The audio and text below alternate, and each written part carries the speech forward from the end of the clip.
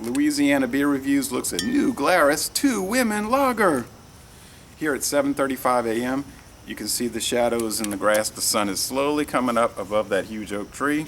It's very clear today.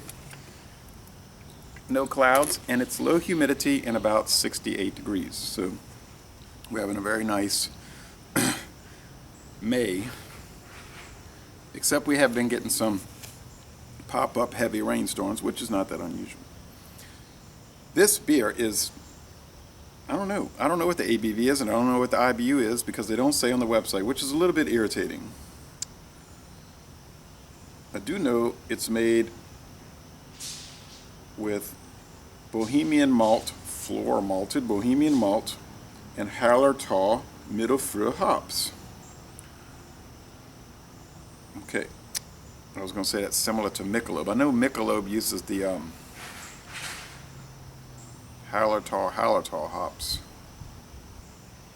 Anyway, they call it 2 Women because New Glarus is owned by a woman who founded it in '93, Deborah Carey, and her husband is the brewmaster. And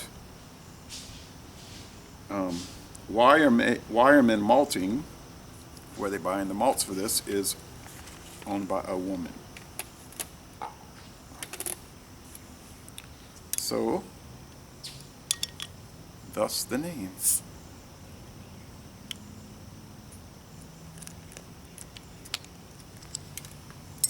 Lagers, interesting style, fairly popular style to say the least. Oh, look at all that smoke. Now in the craft beer world, you know, lagers are being rediscovered, I guess, and for a long time there was sort of a ridicule of it. People say, all right, lager boy, and all of that. So it was like if you drank lagers, you were just so gauche. This is very golden. It's almost amber. Okay. And I see a large amount of sediment there, big and medium-sized chunks, lots of streaming bubbles in this Anheuser-Busch shelf glass. I figured I'd use this shelf glass because when I go to Yale College, and the bartender Brett Phillips, he always put the shelf glass down there. It's kind of a common thing over there. I guess around the country it is. But I'm usually drinking Budweiser or even more so Miller High Life over there. They certainly don't have this beer. It's malty, sweet, even a touch of honey from the barley sweetness. Of course, they're not using actual honey. I don't think it's using adjuncts. It looks a little like Michelob, although Michelob is more golden than amber, and it smells a little bit like it.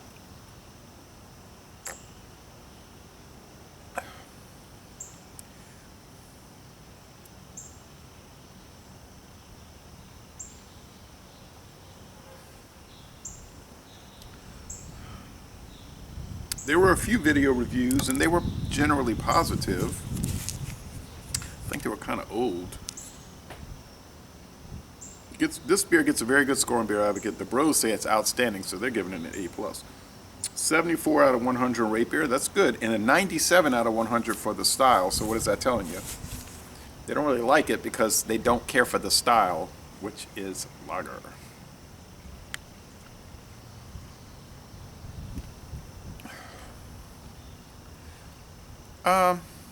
Mild barley malt, a slight touch of hops, a light to medium, more like medium mouthfeel, a little slick, fairly crisp, not particularly clean because it's not so filtered, and it is refreshing for a morning drink.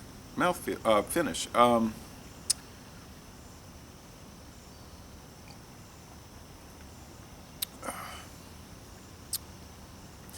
With that soft kind of I'm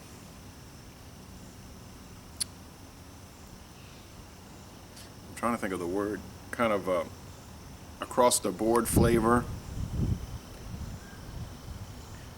or a flat flavor. I don't mean a bad flavor. It's just that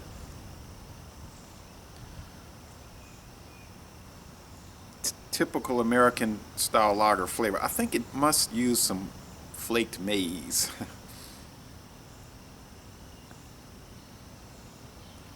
So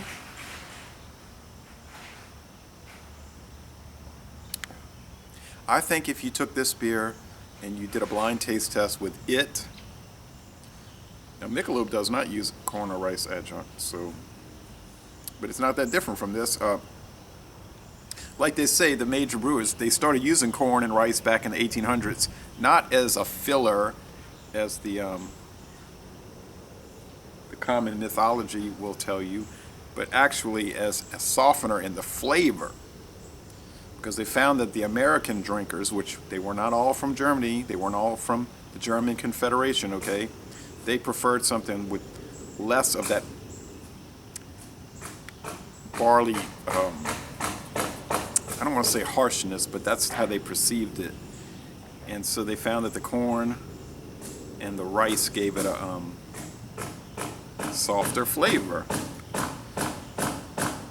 So if you took this and you compared it to Michelob, let's say Michelob Golden Draft, the regular one, not the Goldie Light, Pabst Blue Ribbon, and I'm trying to think of another one.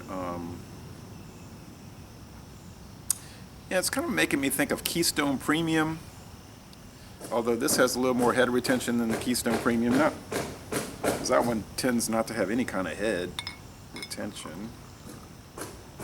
But it does have a similar body to it, and I think it probably has similar ABV. You know, Keystone Premium, they don't get a head of foam and it goes zzz, but go away. But it does kind of remind, and this is darker than those, but the flavor, if you did a blind taste test, I think you would have a terribly hard time telling those four apart. Excuse me.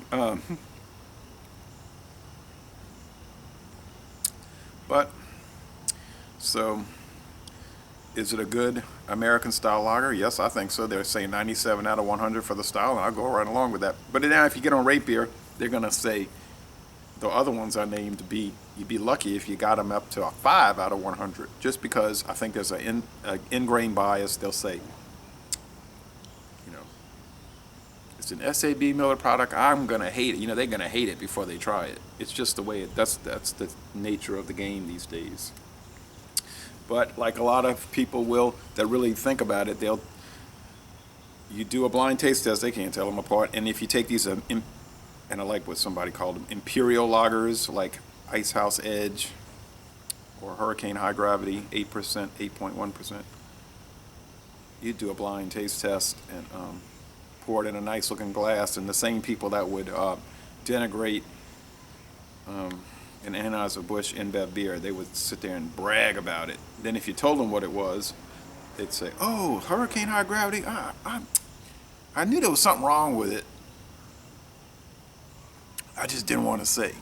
Sure, yeah, you knew something was wrong with it. Anyway, this is not about that. It is about it in a way because it comes into play in the discussion of the review. On its own here, though, I would give this, it's in the B plus A minus range. I'll probably go more into the A minus, which would be where I would put your other ones, you know, like your Michelob Golden Draft, your Coors Banquet, you know, A minus, B plus, however you're feeling about it at the time, but certainly very enjoyable and good. So I'm going to end this review by saying laissez les bon temps relais, and y'all come on down to southeastern Louisiana.